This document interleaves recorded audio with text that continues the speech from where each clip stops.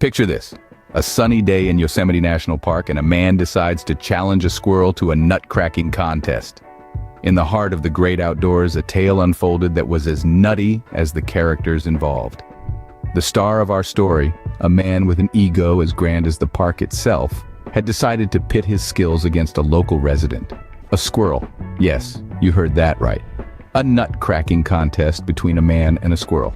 Now, this wasn't just any squirrel, mind you. This was a Yosemite squirrel, a creature that had spent countless generations perfecting the art of nut-cracking.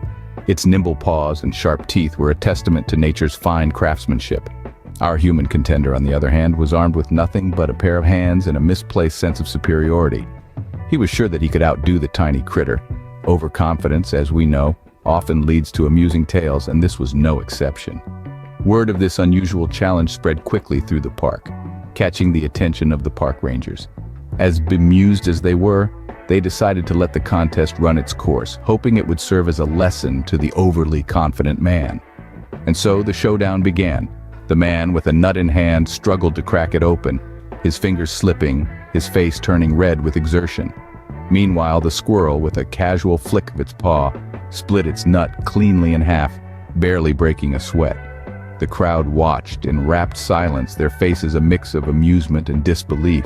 The man, now utterly deflated, could do nothing but stare at the victorious squirrel in awe. It was clear who the true champion was.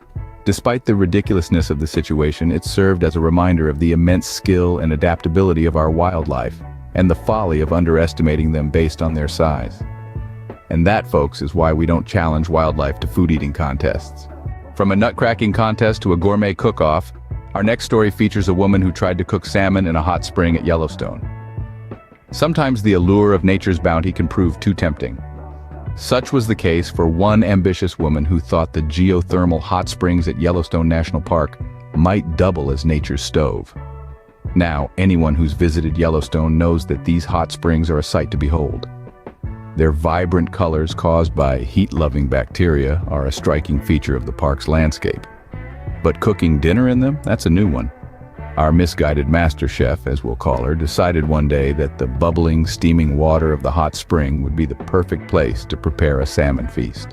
Armed with her fresh catch, she approached the hot spring, ready to turn nature into her personal kitchen.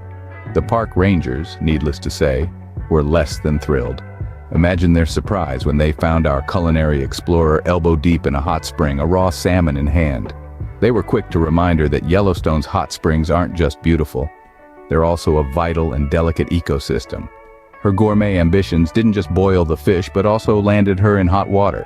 She faced charges for damaging a natural resource, a serious offense in the eyes of the National Park Service. The consequences were steep, and rightly so.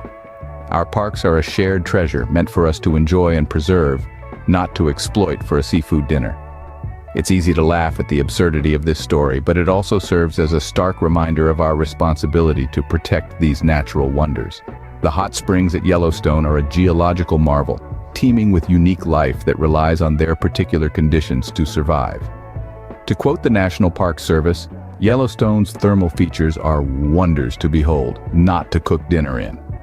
So, next time you're tempted to take your culinary adventures outdoors, remember to pack a camping stove. So remember, the hot springs may be hot, but they're not for cooking. Now, we move on to the Grand Canyon, where a tourist was so eager for the perfect selfie that he forgot about the Grand Canyon. Picture this: a sunny day. The sky is a perfect shade of azure, the canyon's grandeur stretching out as far as the eye can see. Then there's our protagonist, let's call him Selfie Sam. Sam, armed with his smartphone, is determined to capture the perfect shot that screams, "I was here." But in his quest for the ultimate selfie, he overlooks one tiny detail: the sheer drop that's part of the Grand Canyon's charm.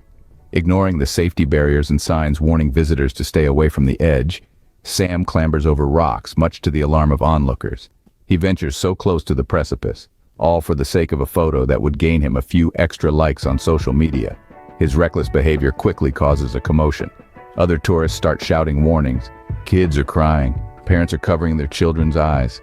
The peaceful atmosphere of the Grand Canyon was disrupted by the spectacle of a man teetering on the edge of a cliff, selfie stick in hand, oblivious to the danger he was in.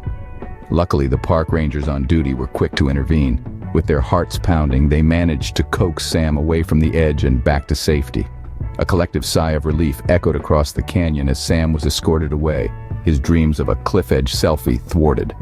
This story serves as a stark reminder of the dangers of ignoring safety for the sake of social media. The pursuit for the perfect selfie shouldn't come at the cost of personal safety or the tranquility of nature's marvels.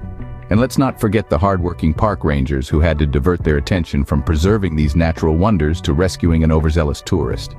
Their job is to protect the parks and their inhabitants, not to save selfie seekers from their own folly. So the next time you're at the Grand Canyon, remember to keep a safe distance.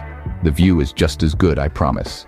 From challenging squirrels to cooking in hot springs and risking life for selfies, people sure do some strange things in our national parks. Each story we've shared today is a testament to the unpredictable and often hilarious lengths people will go to for a bit of fun or the perfect photo op.